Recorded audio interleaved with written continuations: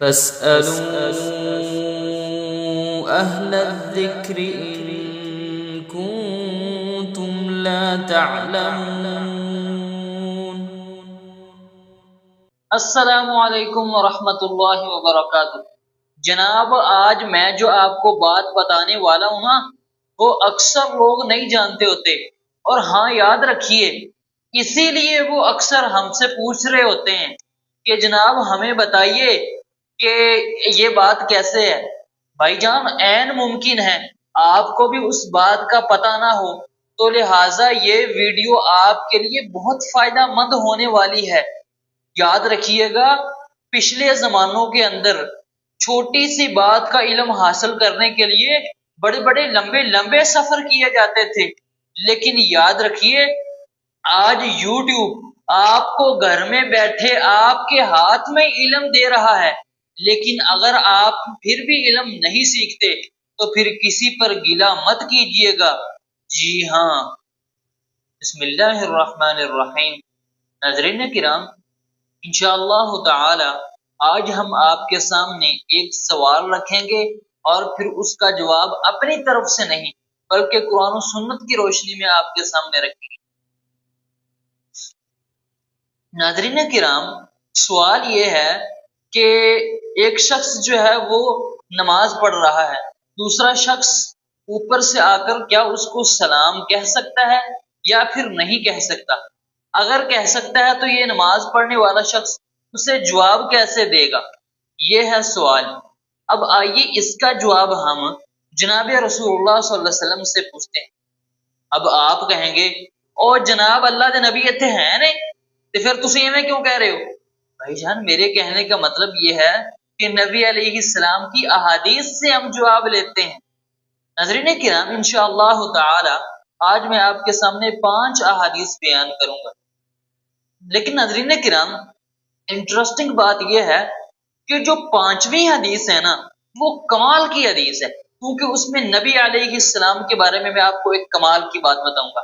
اچھا، پہلے مجھے آپ یہ بتائیے کہ کسی کا بھلا دل کرتا ہے کہ نبی علیہ السلام کی کمال کی بات میں نہ سنوں؟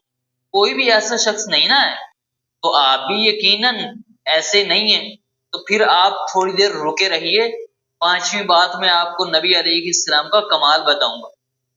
ناظرین کرام، سب سے پہلی جو میں حدیث آپ کو سنانا چاہتا ہوں وہ حدیث صحیح مسلم میں ہے۔ جابر رضی اللہ عنہ بیان کرتے ہیں کہ میں رسول اللہ صلی اللہ علیہ وسلم کے پاس آیا، آپ اس وقت نماز پڑھ رہے تھے، میں نے آ کر کے آپ کو سلام کہا لیکن آپ نے مجھے جواب نہیں دیا۔ کہتے ہیں کہ نماز کے بعد رسول اللہ صلی اللہ علیہ وسلم نے مجھے کہا کہ اے جابر، میں نے تجھے جواب اس لیے نہیں دیا کہ بھئی میں نماز پڑھ رہا تھا۔ ناظرین کرام، دوسری حدیث بھی سن لیجئے، پھر ہم کچھ بات کرتے ہیں۔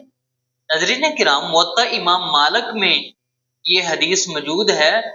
عبداللہ بن عمر رضی اللہ عنہ ایک شخص کے پاس سے گزرے جو نماز پڑھ رہا تھا۔ عبداللہ بن عمر رضی اللہ عنہ نے اس شخص کو سلام کہا۔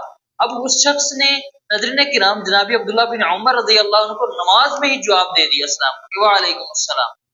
ناظرین کرام، عبداللہ بن عمر رضی اللہ عنہ نماز کے بعد عبداللہ بن عمر رضی اللہ عنہ اس شخص سے رضی اللہ عنہ کہتے ہیں کہ بھائی آپ نے غلط کیا، آپ کو چاہیے تھا کہ نماز کے اندر اس طرح بول کر سلام کا جواب نہ دیتے آپ۔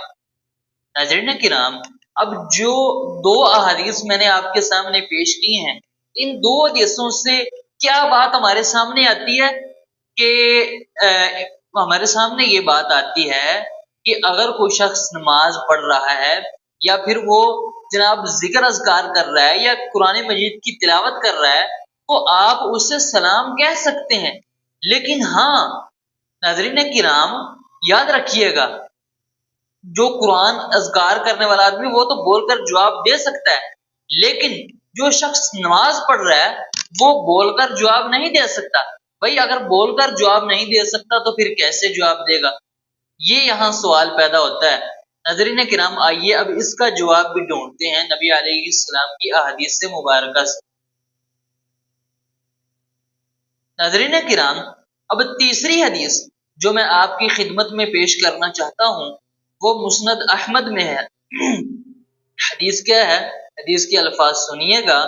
جناب عبداللہ بن عمر رضی اللہ عنہ کہتے ہیں کہ میں نے جناب بلال رضی اللہ عنہ سے پوچھا کہ رسول اللہ صلی اللہ علیہ وسلم جب نماز پڑھ رہے ہوتے تو صحابہ کرام آس پاس والے نبی علیہ السلام کو جب سلام کہتے تو آپ علیہ السلام ان کے سلام کا جواب کیسے دیتے تھے؟ تو جناب بلال رضی اللہ عنہ کہتے ہیں کہ ہاتھ کے اشارے سے، یعنی کہ ابھی میری طرف آپ نے دیکھیں کہ آپ نماز پڑھ رہے ہیں اور آپ کو کسی نے سلام کہا تو آپ یوں ہتھیلی اٹھا رہے ہیں، یوں ایسے، تو ایسے جو ہے آپ اس کا جواب دیں گے۔ سمجھ آ گئی ہوگی آپ کو۔ اس حدیث سے ہمیں یہ پتہ چلتا ہے ناظرین کرام، سلام کا جواب دینے کا طریقہ ایک اور بھی ہے جو میں آپ کو بتاتا ہوں۔ اب وہ کیا ہے؟ اب یہ آپ حدیث سن لیجئے ناظرین کرام۔ اب چوتھی حدیث جو میں آپ کی خدمت میں پیش کرنے کے لیے جا رہا ہوں، یہ حدیث ابو داود شریف میں ہے۔